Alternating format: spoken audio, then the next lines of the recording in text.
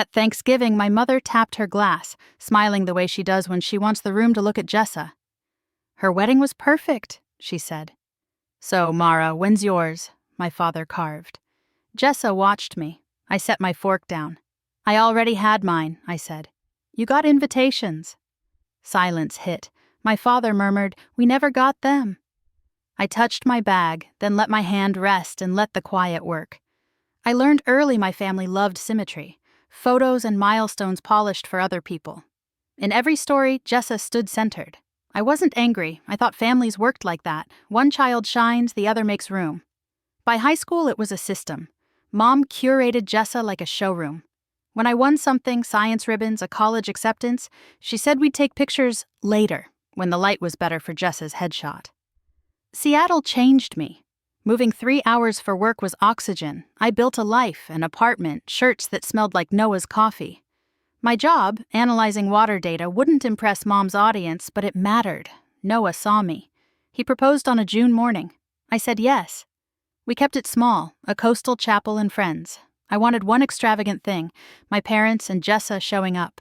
I designed the invitations, printed early, mailed signature required, triple-checked addresses, refreshed tracking.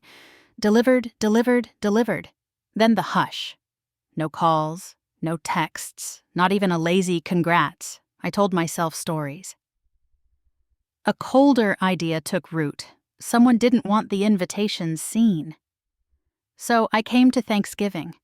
When my father said they'd never received anything, something in me clicked. I set my phone by my plate.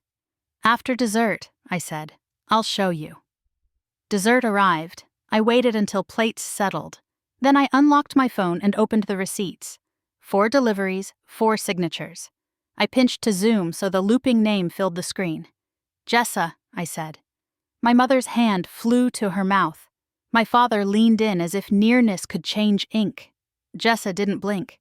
"These were signed April 23rd, I said. "Priority, signature required, all delivered."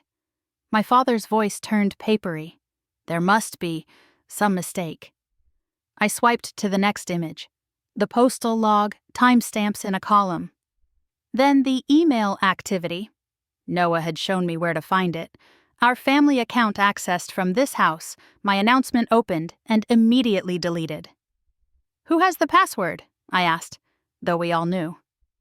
Jessa glanced at my mother, then her husband, then me. "I sort the mail," she said.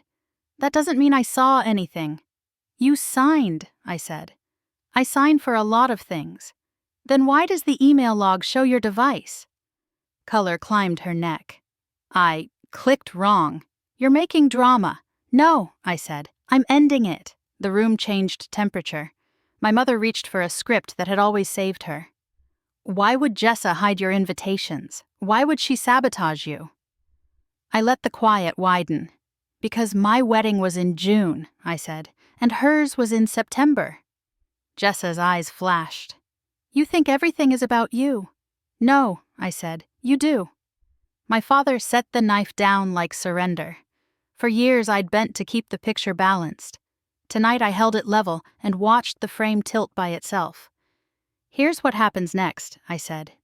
"We tell the truth." I slid the phone back and folded my napkin. "I got married," I said. "A small chapel, a plain dress. We danced. I wanted you there." My mother's eyes shone. "We would have come if you'd known," I said. "You didn't ask. You didn't look."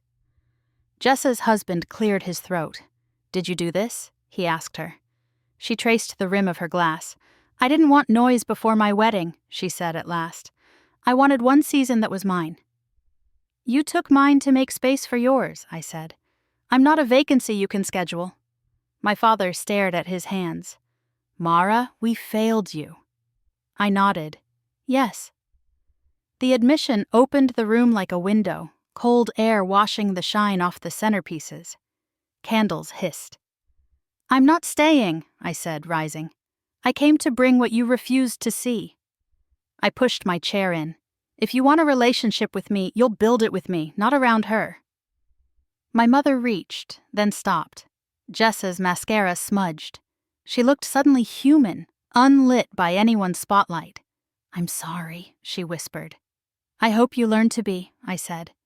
Not a sentence, a hope she could choose. If you call to ask about me, not to manage her calendar. If you visit, it will be to my home with Noah. Start there. Earn the rest by showing. Outside, night smelled like frost. Noah's car waited at the curb, engine low. When I opened the door, he glanced at my empty hands and smiled, as if he understood what I'd left behind. Home? He asked. Home, I said, and climbed in, the words settling around me like something finally earned.